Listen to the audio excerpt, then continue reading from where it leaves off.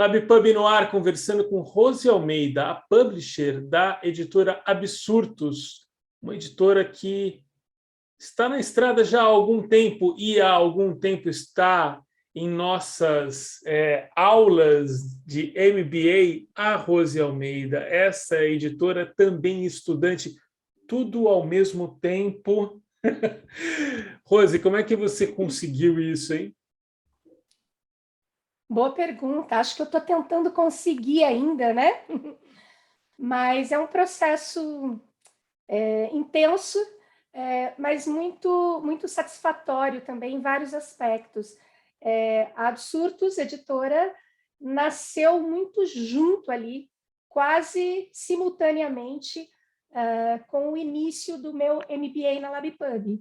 Então, foi uma coisa assim de, acho que 2 ou 3 semanas de diferença. Eu já estava com o projeto da editora, mas assim, sem desenhar nada.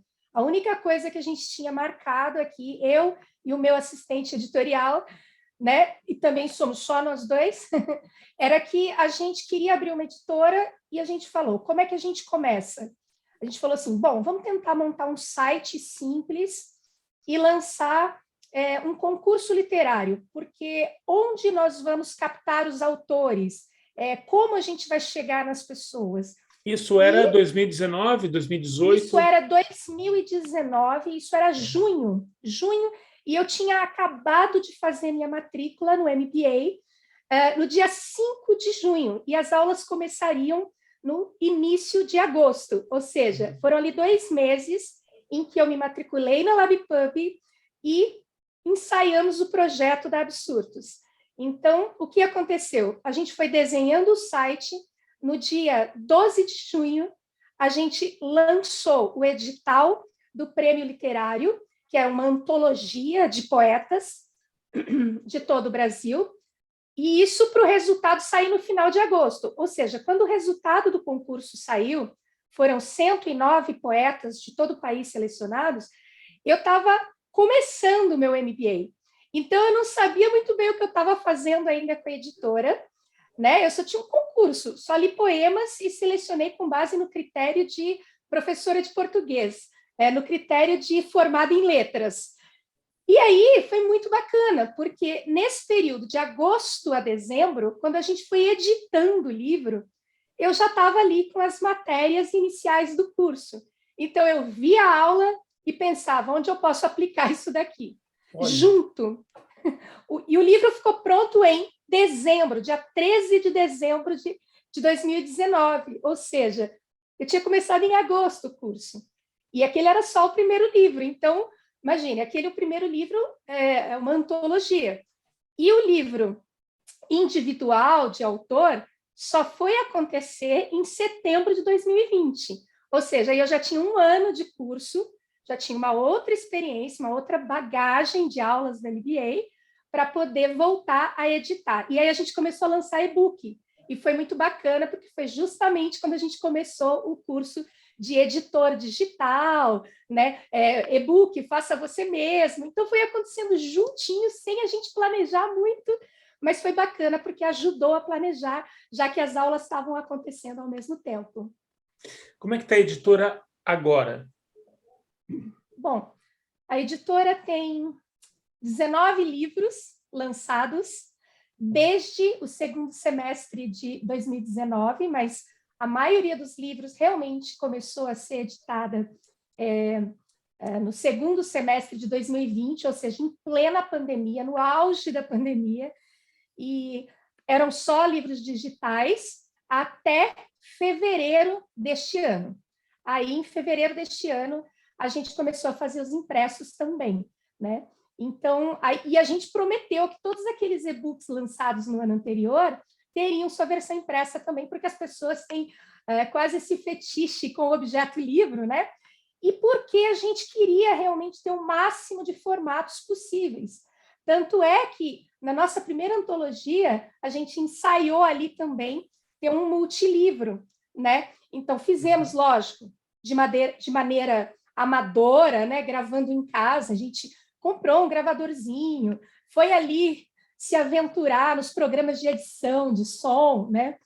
mas a gente não tinha muita ideia. Foi uma coisa muito simples, muito amadora, mas a gente queria que o livro tivesse na internet, né, numa versão web, a gente queria que ele estivesse nos stories do Instagram, tem uma versão lá, e a gente queria que ele tivesse o e-book feito em EPUB, bonitinho, afinal, livro digital não é PDF, então a gente queria que isso tivesse no seu formato oficial, bacana, ter o livro impresso, que o primeiro livro a gente fez o impresso originalmente, e queria que tivesse o livro em áudio.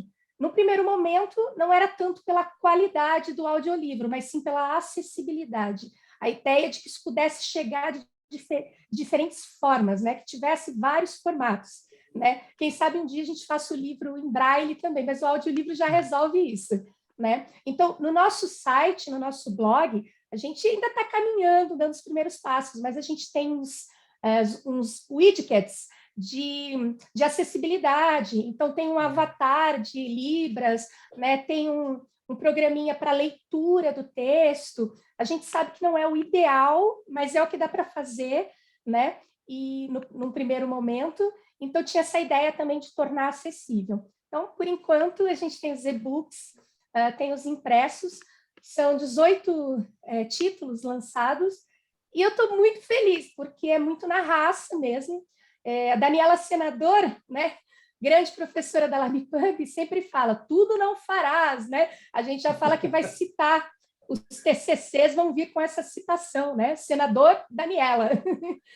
E, enfim, que a gente não consegue fazer tudo. E também fala das equipes, né, das editoras, né, de uma pessoa só. No caso aqui são 2 pessoas, então já é um começo. A gente só não imprime o livro em casa. O resto, capa, preparação, revisão, tudo que você possa imaginar que precisa fazer no livro, a gente mete as caras e faz, mas agora já não é mais intuição.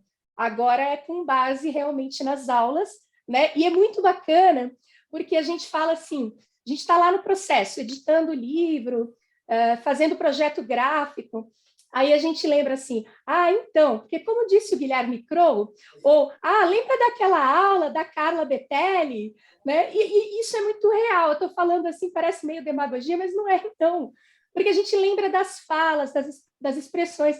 A gente está criando uma planilha, né, da produção editorial, que é pequenininha, né, no nosso caso, mas a gente fala, já ticou aí, já fez um tique aí, mandou o livro para a gráfica, que dia que vem? O que está faltando? Fez a revisão final, e é igualzinho as planilhas, ou pelo menos a gente tenta que seja igualzinho as planilhas da Carla Betelli. Assim. Aquilo ajuda demais. O curso de produção editorial do Guilherme e da Carla, tipo, é ali, ó, é assim, ó, caminho das pedras.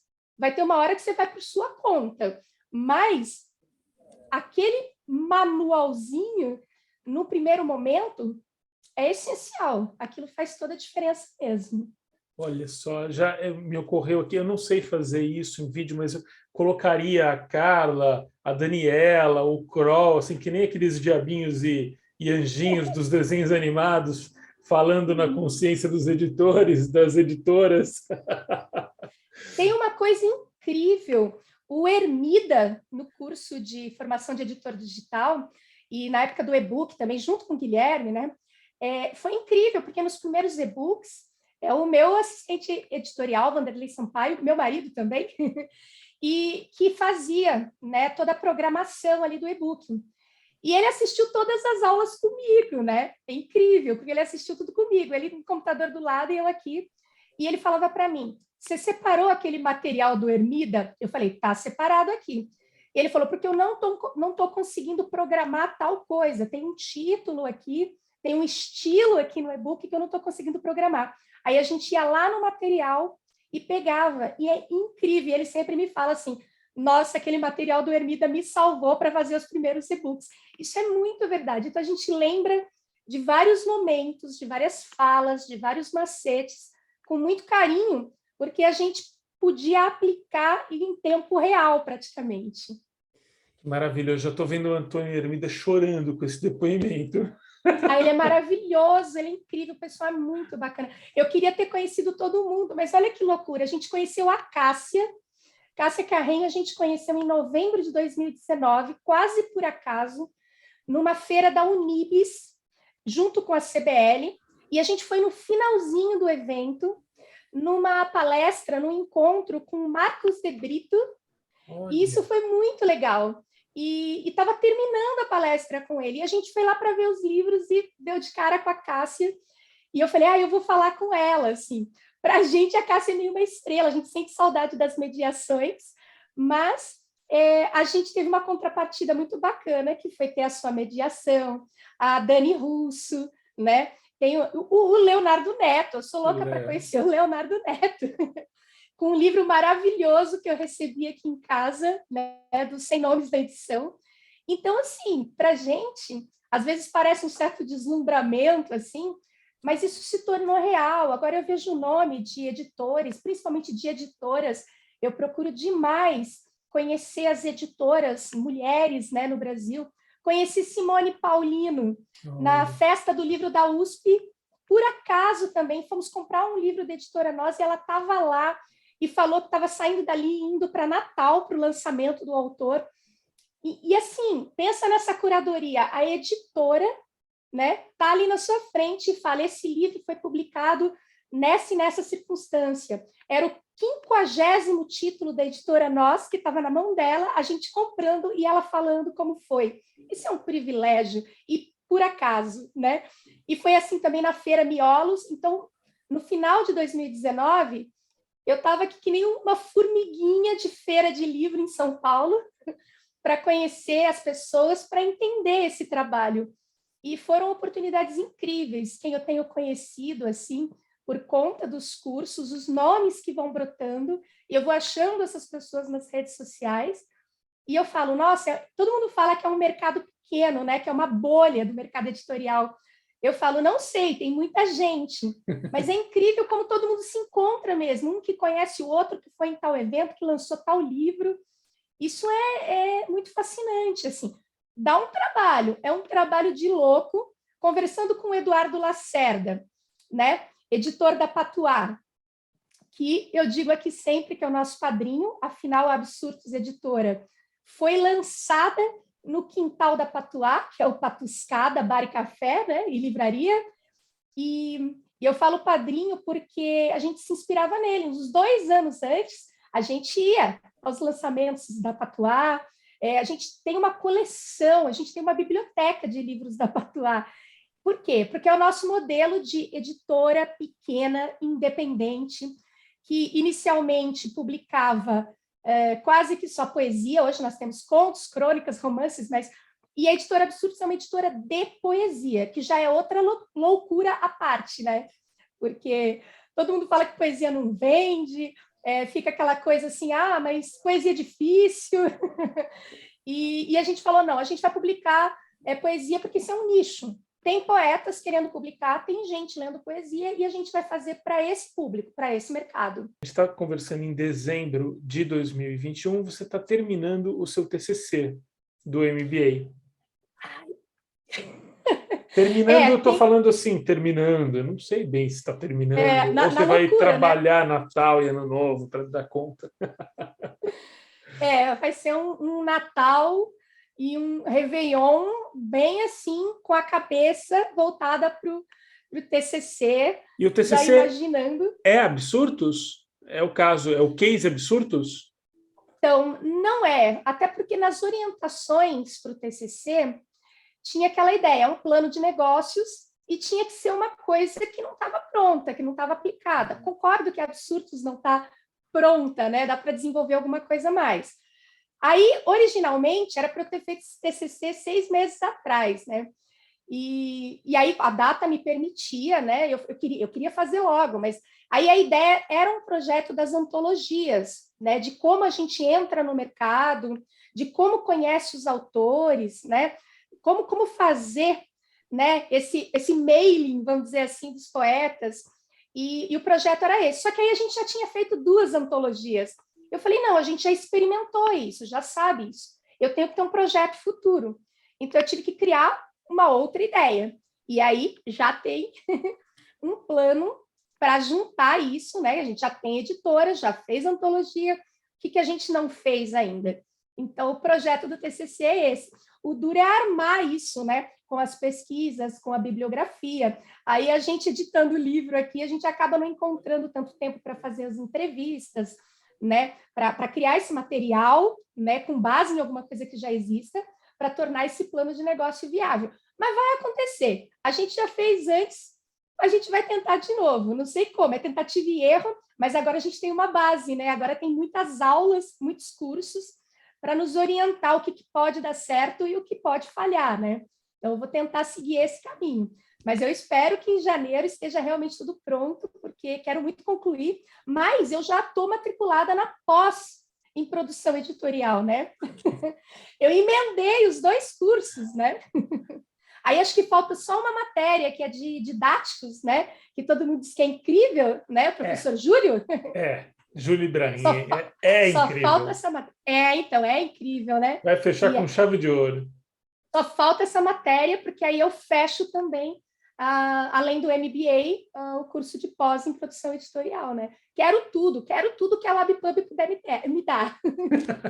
Rose, e você está cuidando das finanças da editora? Como é que é isso, hein? Então, confesso que o terror de qualquer aluno da LabPub são as planilhas de finanças do André Castro. Todo mundo diz isso o tempo todo, né? Fica assim meio assustado. Não é meu forte esse negócio de planilha, né? Nunca é, não sei por quê. Eu falo, sou de humanas mesmo. Mas a gente tem cuidado disso sim, né? Então, na divisão de trabalhos aqui, entre os 2 membros da equipe da Absurdos, é óbvio que eu acabo deixando para o meu assistente, para o meu editor assistente cuidar mais dessa parte, né? Tem funcionado bem. Todo mundo diz, eu estava ouvindo o podcast do Fábio Uehara com alunas da LabPub, o Batendo Prova, e maratonei, né? Ouvi todos os episódios, assim, fiquei muito feliz. E eles conversando com o Leonardo Neto, e ele falando que quando entrou no mercado editorial, ele ficava assim, mas como? Como que alguém pode ter editora? Essa conta não fecha, né? Que no primeiro momento é isso, né? Fala, nossa, como é que a gente vai vender livro num país de não leitores? Aí eu penso aqui, como é que eu vou vender livro num país de não leitores que, sobretudo, não querem ler poesia? Então, isso é muito difícil, né? Comentei isso numa aula da Daniela Senador, e ela falou, vocês precisam saber onde estão esses leitores de poesia. Se vocês editam para esse público, vocês precisam saber onde eles estão. O que eles estão procurando? Onde vivem, o que comem, o que fazem. É muito isso, né? E a gente sabe que poeta tem muito. Leitor de poesia que não é poeta é uma outra coisa, mas tem também. E a gente começou, antes de pensar em editora, eu e o meu companheiro, meu editor assistente, começamos como poetas. E poetas que publicam no Instagram. Então, a gente falou, opa, em 2020, 2021, os leitores de poesia e muitos poetas estão também nas redes sociais. Os famosos poetas de Instagram. Textos curtos, frases. E a gente tinha uma birra, tinha um preconceito com isso. E a gente pensou, não, é só um outro formato, é só uma outra ideia. É uma adaptação aos tempos. Por que a poesia não pode estar também nas redes sociais, né? E a gente começou assim, se a gente lia poesia na internet, se a gente produzia poesia na internet, por que a gente não pode editar livros para quem lê fora da internet, mas também na internet? Alguns dos nossos autores vêm de perfis no Instagram, de gente que faz poesia para Instagram. Não são influenciadores digitais, mas que começaram ali também. Então, a gente precisa colocar o foco nessa direção também. Funcionou para muita gente, a questão é como você continua depois. Não pode ser uma explosão de momento, e se isso passar, então a gente não publica mais poesia? Não, a gente vai insistir nisso um bom tempo ainda. E aí as finanças são baseadas muito nisso. Por exemplo, as antologias, elas têm um prêmio, né? Elas são um concurso literário. Então, Os 3 primeiros colocados recebem medalhas, recebem livros, não pagam absolutamente nada para participar. Mas eu chamo de antologias colaborativas, sim. Né? Antes que as pessoas digam, mas você vai cobrar para as pessoas publicarem, elas são obrigadas a comprar o livro. A gente tem contrato, isso é explicitado muito claramente no edital do concurso, e existe uma premiação, sim. Existem pessoas que não vão ter que pagar absolutamente nada e que vão ser premiadas com isso, com certificado, com medalhas, com livros, e participa quem quer, né? E elas ficam muito felizes. E é assim que elas voltam. Algumas dessas pessoas que participaram colaborativamente da antologia vieram e publicaram seus livros individuais conosco depois. E detalhe, Absurdos é uma editora no formato tradicional, né? A gente não oferece serviços editoriais. Nós selecionamos material e publicamos sem custo para o autor. Ele pode comprar, se ele quiser, seus próprios livros com desconto, mas não é obrigado. Ele recebe cortesias, né, de acordo com a tiragem, e nós vendemos no nosso site. Ele divulga, a gente divulga, e compra quem pode, compra quem quer. Então, é um formato tradicional, e isso é muito bacana. Então, quem pagou, comprou lá 5 ou 10 livros de uma antologia 2 anos atrás, hoje pode, eventualmente, publicar seu livro individual, sem qualquer custo, e aconteceu, gente que realmente tinha perdido emprego, não tinha dinheiro, não podia comprar nada, mas que vendeu bem dentro dos nossos limites aqui, e também dos limites de um autor independente desconhecido, mas que conseguiu lançar seu livro, conseguiu mostrar seu trabalho para o seu público, ainda que seja um público pequeno. Então, assim, a gente não vende horrores, a gente vende pouco. E a gente também não consegue lançar uma quantidade de livros por ano que seja grande o suficiente para compensar tanto assim, mas compensa, um livro compensa outro. Então, a gente tem autor que vendeu bem. O que é vender bem, né? Para os nossos padrões, para o nosso tamanho e para os nossos autores que são desconhecidos do público, e a gente também não conta ainda com uma assessoria de imprensa, ou seja, não dá para divulgar em jornal o tempo todo, mas alguns autores conseguem isso. Tem uma menina de Serra Talhada, maravilhosa, é o último livro do ano que vai sair daqui 2 semanas. E, nossa, é um achado essa menina, é um talento incrível. Enfim, falarei disso em algum outro momento. Mas ela conseguiu, foi lá, tem uma matéria no jornal de Serra Talhada, vai participar semana que vem. Esse mesmo jornal tem um canal, né, no YouTube, é tipo um programa de televisão na internet, e ela vai conseguir divulgar a poesia dela. É uma menina de 26 anos que mora no sertão do Pernambuco e que consegue alguns espaços. Então, em cidades pequenas, isso é possível. Uma outra autora nossa, de Oiapoque, no Amapá, e eu digo, quando é que eu sonharia em publicar um livro de poesia de uma menina negra, lésbica, do extremo norte do país? Eu me emociono quando eu penso, quando eu começo, eu não vou nem falar muito, porque senão eu vou fazer papelão aqui. Eu me emociono muito, porque como é que eu ia saber que ela existia? A não ser que ela ficasse famosa, né? Publicasse por uma outra editora. Mas como? Como é que eu ia achar essa pessoa? O livro dela já saiu? Não, vai sair. O livro dela já saiu. Qual o nome dela? O nome dela é Luane Farias. O livro dela está aqui em algum lugar. Não sei se ela chegou aqui. Então, vai fechar com o Chuí daqui a pouco. Ó. Esse livro aqui, não sei se está invertido na minha câmera, não sei Sobre porquê, amar uma mulher, não, tá tudo certo, que legal. E o livro é todo ilustrado, tá em preto e branco, mas é ilustrado por um artista do Amapá também, um artista de Macapá. Essa menina agora, há 2 semanas, ela se mudou para Belém, né? Ela se casou com o amor da vida dela, que ela descreve neste livro, e foi para Belém. Mas ela fez uma festa de despedida, que também era o lançamento do livro, numa chácara maravilhosa, lotada de gente, e, assim, em 1 semana, os 100 livros que ela adquiriu com a gente foram embora. E isso é muito para uma editora muito pequena, independente, que lança pessoas desconhecidas. É lógico que tem um monte de gente aí que faz tiragens de 1000 para cima, e ainda é pouco, Mas para a gente isso é um fenômeno, porque é muito difícil vender livro. Eu conheço um editor da Editora do Brasil, que é amigo, e ele falou assim, a gente costuma levar de 30 a 50 exemplares para os lançamentos presenciais. E Quando é sobra. um E sobra. Quando não é um autor conhecido, é muito difícil. Você chama seus amigos, sua família, e você vende ali uns 30 livros. Se vender mais que isso, já é sucesso, né? E depois você vai tentando vender ali ao longo dos meses. Quando passa 3 meses do lançamento, o assunto já ficou requentado. Ninguém aguenta mais a gente falando do livro. Era, mas de novo esse livro?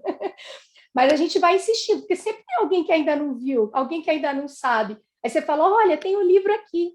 E essa menina do Oiapoque, eu falo, meu Deus, e quando a gente fez a antologia, ela era do extremo norte, e nós tínhamos também um outro participante que foi um dos vencedores, ganhou medalha, tudo, que é um rapaz do Rio Grande, né, da cidade de Rio Grande, do Rio Grande do Sul. É que perto do Chuí.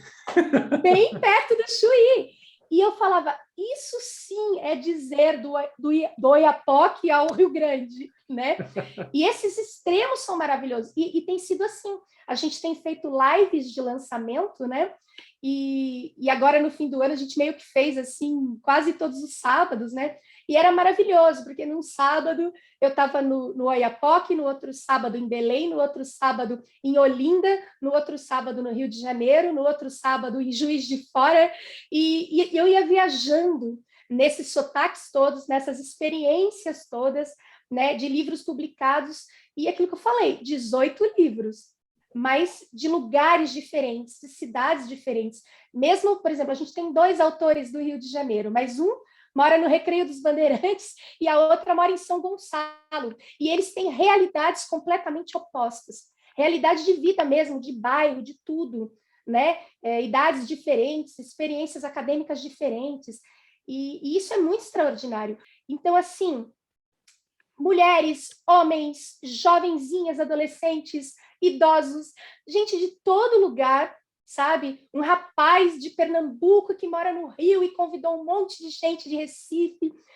E eu falei, nossa, ver aquelas janelinhas todas no Zoom, de gente de diferentes lugares, idades, experiências, todos comprometidos em divulgar poesia, em fazer poesia, todo mundo lançando livro, e eles têm um livro da confraria, e tem um livro do Islã.